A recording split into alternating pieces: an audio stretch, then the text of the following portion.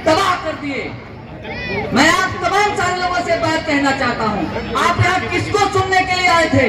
राजभर समाज को सुनने आए थे। राजभर समाज की माताओं, बहनों, बुजुर्गों, इतिहासकार, इंजीनियर, कवि, वैज्ञानिक, उनको सुनने के लिए आए थे।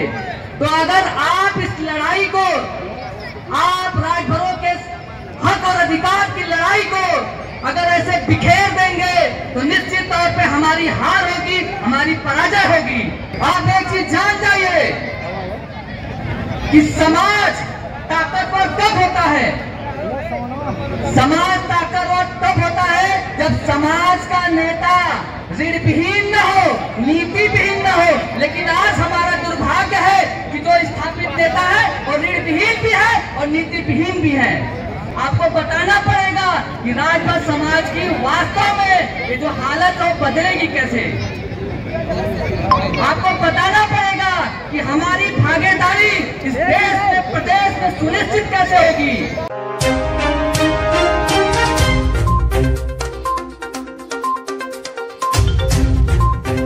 आप सबके बीच आके बोलने का अवसर मिला, आप सबको बहुत बहुत धन्यवाद। मेरे राजनीतिक अनुभव में समाज का जहां भी मैंने कार्यक्रम आज तक देखा होगा, पहली मर्तबा है महाराष्ट्र में जहां पे महिलाएं पुरुष दोनों बराबरी की भूमिका में किसी कार्यक्रम में शामिल हुई हैं। मैं उन तमाम माताओं बहनों को प्रणाम करता हूं, नमन करता हूं। क्योंकि समाज को एक बड़ी बीमारी है दोस्तों, क्योंकि तमाम सारे लोग बातों को ध्यान नहीं दे रहे हैं, लेकिन फिर भी हमें अपनी बात कहनी है। कहनी क्यों है? क्योंकि हमारा दिमाग नेता के इर्द गिर्द चक्कर काटता है। प्रॉब्लम यह है, अभी हमारे एक साथी ने बोला कि हम नेताओं के पीछे क्यों जान देते हैं। आप पूरी सभा को एक आदमी के इर्द गिर्द तबाह कर दिए। मैं आप तमाम सारे लोगों से बात कहना चाहता हूं, आप यहाँ किसको सुनने के लिए आए थे? राजभर समाज को सुनने आए थे। राजभर समाज की माताओं, बहनों, बुजुर्गों, इतिहासकार, इंजीनियर, कवि, वैज्ञानिक, उनको सुनने के लिए आए थे। तो अगर आप इस लड़ाई को, आप राजभरों के हक और अधिकार की लड़ाई को अगर ऐसे बिखेर देंगे तो निश्चित तौर पे हमारी हार होगी, हमारी पराजय होगी। साथियों, बहुत बड़ी बातें हुई, बहुत बड़ी बातें हुई। आप एक चीज जान जाइए कि समाज ताकतवर तब होता है, समाज ताकतवर तब होता है जब समाज का नेता ऋण विहीन न हो, नीति विहीन न हो। लेकिन आज हमारा दुर्भाग्य है कि जो स्थापित नेता है वो ऋण विहीन भी है और नीति विहीन भी है। उन्हें मालूम ही नहीं है कि देश चलता कैसे है, प्रदेश चलता कैसे है। देश और प्रदेश चलता है नीतियों से, जज्बातों से नहीं चलता है। जज्बात से देश प्रदेश नहीं चलता है। आपको बताना पड़ेगा कि राजभर समाज की वास्तव में ये जो हालत है वो बदलेगी कैसे। आपको बताना पड़ेगा कि हमारी भागीदारी इस देश में, प्रदेश में सुनिश्चित कैसे होगी। अगर आंकड़े बताते हैं कि पूर्वांचल में हमारी आबादी 18% है, तो मैं पूछना चाहता हूँ, जो भी स्थापित नेता है, आप कितने नेता विधायक बना दिए, आप कितने लोगों में जगह दिलवा दिए, तो आप पाएंगे 0। बोल नहीं पाया। और हमें तय करना होगा, 2 लड़ाई हमें लड़नी पड़ेगी। 2 लड़ाई कौन कौन सी लड़नी पड़ेगी? एक, हमें वोट के ताकत से अपना पीएम और सीएम बनाना है। दूसरा, अपने आरक्षण की ताकत से हमें डीएम और एसपी भी बनाना है। और डीएम, एसपी, क्योंकि आरक्षण के मामले में समाज बहुत गुमराह हो गया है दोस्तों, बहुत गुमराह हो गया है। कभी एससी वाला आरक्षण, कभी एसटी वाला आरक्षण, कभी ओबीसी में भी, और अब नया तबका निकल गया है जो कहता है हमें आरक्षण ही नहीं चाहिए, जो कह रहा है हमें आरक्षण चाहिए ही नहीं। क्यों ये बात क्यों कह रहा है? क्योंकि मौजूदा जो व्यवस्था है, जो मौजूदा सरकार है, वो आपको इस बात के लिए मानसिक तौर पर तैयार कर रही है कि आप अपने हक अधिकार की लड़ाई भूल जाइए। आप इनके द्वारा जो नफरत की खेती की जा रही है, हिंदू मुसलमान और जातियों में जो लड़ाने की राजनीति है, उसमें आपको फंसाना चाहते हैं। लेकिन हम राजभर समाज, आप महाराजा सुहेलदेव के इतिहास को सीमित मत करिए। महाराजा सुहेलदेव ने लगभग 28 राजाओं को मिलाकर साम्राज्य बनाया था। महाराजा सुहेलदेव ऐसे महान नहीं हुए हैं कि वो बस केवल लड़ाई लड़े थे। महाराजा सुहेलदेव इसलिए भी महान हुए थे क्योंकि उन्होंने 28 राजाओं को एक किया, एक मुट्ठी में, एक ताकत में स्थापित किया। दूसरी बात, महाराजा सुहेलदेव के शासन काल में उनकी पत्नी का नाम कितने लोग जानते हैं? तो आप बताइएगा। बहुत कम लोग जानते होंगे। एक भाई साहब हाथ उठा रहे हैं। महाराजा सुहेलदेव की पत्नी का नाम बल्लारी देवी था। बल्लारी देवी था। और बल्लारी देवी जो महाराजा सुहेलदेव के साथ कंधे से कंधा मिलाकर लड़ाई में युद्ध में कूद पड़ी थी। साथियों, हमारी माताओं बहनों को जानना पड़ेगा कि राजभर समाज के केवल पुरुष ही बलिदान नहीं दिए थे, महिलाओं ने भी बलिदान दिया था। इसी जौनपुर में माही मोहरी नाम की 2 महिलाओं ने अंग्रेजों से युद्ध करते हुए फांसी के फंदे पे झूल गई। और भारतीय इतिहास में पहली बार ऐसा हुआ है, आप सुन लीजिए, भारतीय राजनीति के इतिहास में ऐसा पहली बार हुआ जब महिलाओं को फांसी दी गई थी। माही और मोहिनी राजभर को जौनपुर में फांसी दी गई थी। तो हमारा इतिहास तमाम सारे गौरव और अभिमान से भरा हुआ है। लेकिन हमारी लड़ाई अभी क्या है?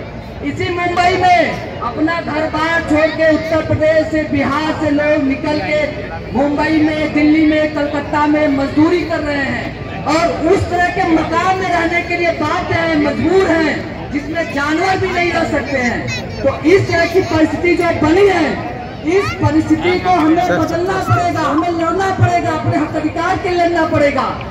बहुत सारे हमारे साथी कह रहे थे कि नेताजी मत बोला, माहौल उलट पुलट गया, सब लोग खड़ा हो गए, चाय का तैयारी है। लेकिन हम भी ये मानते हैं और ये बार बार कहते हैं, अपनी आवाज उठाने से पीछे नहीं हटना है। अपनी दावेदारी और अपनी ताकत को हमें स्थापित करना है।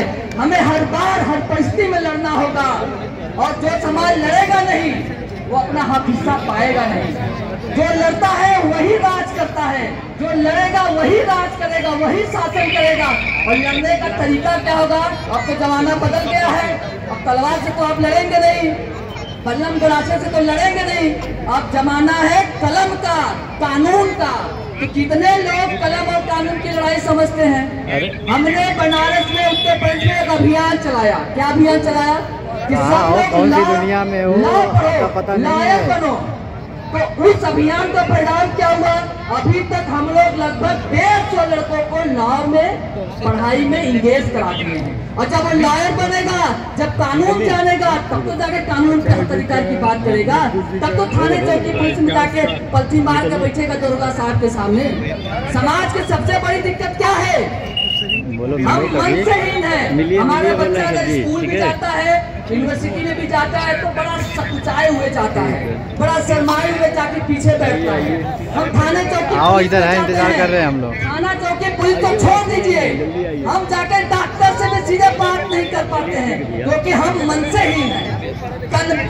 अब मनसेहीन तो है ही, अब तन से भी हीन होने लगे हैं। आप सबको मालूम होगा, हमारे बाबा बताते हैं, पिताजी भी हमारे बताते हैं कि बनारस में बहुत पहलवान रहलन। हमारे घर में 15 पहलवान थे। पूरा समाज है, समाज की मुट्ठी में बहुत ताकत था। लेकिन आज क्या हुआ? हम तनहीन भी हो गए, तो मनहीन भी हो गए, तनहीन भी हो गए और धन से भी हीन हो गए। तो जब समाज मनहीन हो गया, तनहीन हो गया, धनहीन हो गया, तो कहाँ पे किस लड़ाई में खड़ा होगा? तो हमें लड़ना पड़ेगा साथियों, अपने आत्मविश्वास को, अपने मनोबल को ऊंचा करना पड़ेगा। हमारी लड़ाई बहुत लंबी है। आपको जानना चाहिए कि एक चीज हम बहुत बार बार मिस्टेक करते हैं, बहुत बड़ी गलती करते हैं कि हम वक्त की पहचान नहीं करते हैं। जब इस देश में व्यवस्था बदलता है तो अपने आप को भी बदलना पड़ता है। आज तमाम सारे हमारे साथी मोबाइल का इस्तेमाल करते हैं, बहुत सारे लोग मोबाइल का इस्तेमाल करते हैं, लेकिन मोबाइल पे 90% समय किस काम में जाता है? रील देखने में जाता है, वीडियो देखने में जाता है। लेकिन हम उस मोबाइल को, तकनीक को सकारात्मक तरीके से इस्तेमाल नहीं कर पाते हैं। आप सब सोशल मीडिया का इस्तेमाल करते हैं, गाना लगाएंगे, स्टेटस लगाएंगे, लेकिन अपने सवाल के लिए, अपने मुद्दे के लिए, अपने हक अधिकार के लिए कितने लोग फेसबुक और इसके ट्विटर पे लिखते पढ़ते होंगे? बहुत कम लिखते पढ़ते हैं, लिखते पढ़ते हैं, लेकिन बहुत कम उसकी संख्या है। ट्विटर का तो इस्तेमाल जानता ही नहीं है समाज, जबकि ट्विटर कितना शक्तिशाली सुमेरन हो गया है, कितना शक्तिशाली औजार है। हम रोज देखते हैं कि फला कोई भी किसी भी मामले पे उसी का अपना एक मूवमेंट छेड़ देता है। तो अब ट्विटर पे जो ट्रेंड होता है वही फिर बाद में न्यूज छपता है, वही बाद में लोगों के दिमाग में जाता है, यो सवाल है क्या, यो सवाल है क्या। तो हमें तकनीक को भी समझना पड़ेगा, बदलते हुए दौर को भी समझना पड़ेगा, और व्यक्ति केंद्रित राजनीति से बाहर निकलिए। एक नेता गया, एक व्यक्ति राहुल राजभर गया तो सब लोग लपेट के चला गया, ये वाला मामला खत्म होना चाहिए। और कम से कम महाराष्ट्र की धरती पे तो हम यही उम्मीद करेंगे, क्योंकि महाराष्ट्र एक क्रांतिकारी भूमि है, ये जो है त्याग और बलिदान की धरती है। और राजभर सेवा जो संघ है, राजभर सेवा संघ तो हम कई सारे कार्यक्रमों में आए भी हैं, ये तो और अनुशासित और संयोजित संगठन है। तो जब राजभर सेवा संघ के कार्यकर्ता, जब सिपाही अगर जो है अनुशासन नहीं बनाएंगे तो हम और संगठनों को क्या कर सकते हैं? तो साथियों, आप लोगों ने जो मंच दिया, ये जो इज्जत दी, उसके लिए बहुत बहुत शुक्रिया। एक बात बस और कहेंगे आप लोगों से, आरक्षण की बात, क्योंकि हमारे बहुत सारे साथी एसटी आरक्षण की लड़ाई लड़ रहे हैं, बनारस से भी लड़ रहे हैं और भी जिलों से लड़ाई लड़ रहे हैं। लेकिन साथियों, मेरा ये मानना है कि एसटी आरक्षण, देखिए हम लोग बहुत लंबे समय तक एसटी आरक्षण की लड़ाई लड़ते रहे और एसटी आरक्षण की भी लड़ाई लड़ रहे हैं, कोर्ट भी निर्देशित कर रही है। लेकिन अब सवाल ये है कि हम मान लीजिए ओबीसी में हैं, तो हम ओबीसी में ही अपना स्पेशल हक हिस्सा क्यों नहीं लेना चाह रहे हैं? अभी सरकार ने कमीशन बनाई, रोहिणी कमीशन। रोहिणी कमीशन ने क्या किया? रोहिणी कमीशन ने अपना रिपोर्ट प्रस्तुत किया, उसका कुछ जो है बिंदु हमारे पास आया। उसमें साफ साफ लिखा है कि इस देश में ओबीसी आरक्षण का ज्यादातर हिस्सा ओबीसी की मजबूत जातियां खा गई, और वो रिपोर्ट कर रहा है, वो आयोग कह रहा है कि इन मजबूत जातियों को ओबीसी में ही अलग कैटेगरी बना दो, और जो कमजोर ओबीसी की जातियां हैं इनको अलग कैटेगरी बना दो। अगर ये ओबीसी में ही अगर बाइफरकेशन हो जाए, जैसा बिहार में हुआ है, बिहार में ओबीसी आरक्षण में ही आरक्षण के बंटवारे होने के बाद क्या हुआ, वहाँ पे इन जातियों का, राजभर का, प्रजापति का, निषाद का सेवाओं में हिस्सेदारी बढ़ी है, यूनिवर्सिटियों में हिस्सेदारी बढ़ी है, नौकरियों में हिस्सेदारी बढ़ी है। तो हम जहाँ है वहीं पे विशेष अधिकार लेने की लड़ाई लड़ लें, क्योंकि लड़ाई आपको केंद्र और कोर्ट से लड़ने की जरूरत नहीं पड़ेगी, आप केवल मन बना के आंदोलन कर दीजिए। और ये लड़ाई बिहार से लेकर दिल्ली से लेकर झारखंड से हर जगह बहुत मजबूती से उठने लगी है। तमाम यूनिवर्सिटियों में लोग इस पे बहस कर रहे हैं, मीटिंगें हो रही हैं, सभाएं हो रही हैं। तो हमें जाना कहीं और है, घूम कहीं और जा रहे हैं, और यही हम हमेशा किए हैं। हमारी लड़ाई, हमारा रास्ता कहीं और है और हम भूल के कहीं और जा रहे हैं। तो कहीं ऐसा ना हो कि दोबारा हम आरक्षण की इसी चक्र में, इसी लड़ाई में उलझ के रह जाएं। तो हम जहाँ हैं वही हमें विशेष अधिकार चाहिए। तो हमने मांग किया था अपने, अभी राहुल गांधी जी से भी हमारी मुलाकात हुई थी, अभी 2-3 दिन पहले जब उत्तर प्रदेश में यात्रा चल रही थी, तो हमने उन्हें ज्ञापन दिया और बताया कि परिस्थिति पूरी क्या है। तो हमने उससे मांग किया कि आप सबसे पहले ओबीसी आरक्षण का बंटवारा कर दीजिए, और जो कमजोर जो जातियां हैं ओबीसी की, जो राजभर है, प्रजापति है, निषाद है, इनको एक अलग कैटेगरी बना दीजिए। दूसरी बात कि विधानसभाओं में इन अति पिछड़ी जातियों के लिए अलग से आरक्षण की व्यवस्था करिए। जैसे जो दलित समाज है, जो SC/ST का समाज है, उसको विधानसभा में अगर आरक्षण है, तो आज विधानसभा में कितने दलित समाज के विधायक हैं, MP MLA है ना। तो अगर हमें भी विधानसभा में अगर आरक्षण मिल जाएगा तो हमारे भी MP MLA बहुत सारे बनेंगे, हम भी संसद में जाएंगे, हम भी विधानसभाओं में जाएंगे, हमारी आबादी के हिसाब से तय होगा। और तीसरी हमारी उसमें जो बात हमने कही थी कि जिस तरह से दलित समाज को SC/ST कानून के तहत सुरक्षा मिलता है, उसी तरीके से आप जो अति पिछड़ी जातियां हैं उनको भी कानून बना के, उनको भी कानून के दायरे में लाके, इनकी चूंकि सबसे ज्यादा आज जमीनें किसकी कब्जा हो रही है, राजभर की। सबसे ज्यादा हमला किसको हो रहा है, राजभर पे। सबसे ज्यादा हत्याएं किसकी हो रही है, राजभर की। तो ये जो घटनाएं हो रही है, इनसे इनको रक्षा करने के लिए, इनसे बचाने के लिए आप स्पेशल कानून लाओ। अगर इन पे कोई ऐसा घटना होता है तो विशेष तौर पे, खास तौर पे तुरंत जो है पूरा प्रशासन अमला सक्रिय हो जाए और तुरंत गिरफ्तारियां और कार्रवाई शुरू हो जाए। तो ये हमारी सारी मांगे हैं और आप सबको बहुत लंबी लड़ाई, हम बार बार कह रहे हैं, बहुत लंबी लड़ाई लड़नी है हमें। क्यों लड़नी है, बार बार बात में क्यों जोर देके कह रहा हूँ, क्योंकि आज की जो शासन व्यवस्था है वो आप अगर आज जो है 10 लोग निकल जाइए सड़क पे और कहिए कि हमें आरक्षण चाहिए, हमें हमारा हक अधिकार दीजिए, देखिए क्या दुर्गति होती है। किसान दिल्ली में आ रहे हैं कि हमें हमारे फसलों का दाम दे दो, किस तरह से यही सरकार लाठी डंडे और तमाम सारे हथियारों से उनको पीट रही है। तो ये सरकार बहुत जुल्म और अत्याचार पे उतर गई है कि आपको भड़काएगी, आपको अपना ध्यान दूसरे पर घुमाएगी, लेकिन आपको अपने मुद्दे पे खड़े रहना है और आपको अपनी लड़ाई करना है। आप सभी साथियों को जो अपना कीमती वक्त दिए, बहुत बहुत धन्यवाद। जय हिंद, जय भारत, जय सूर्य।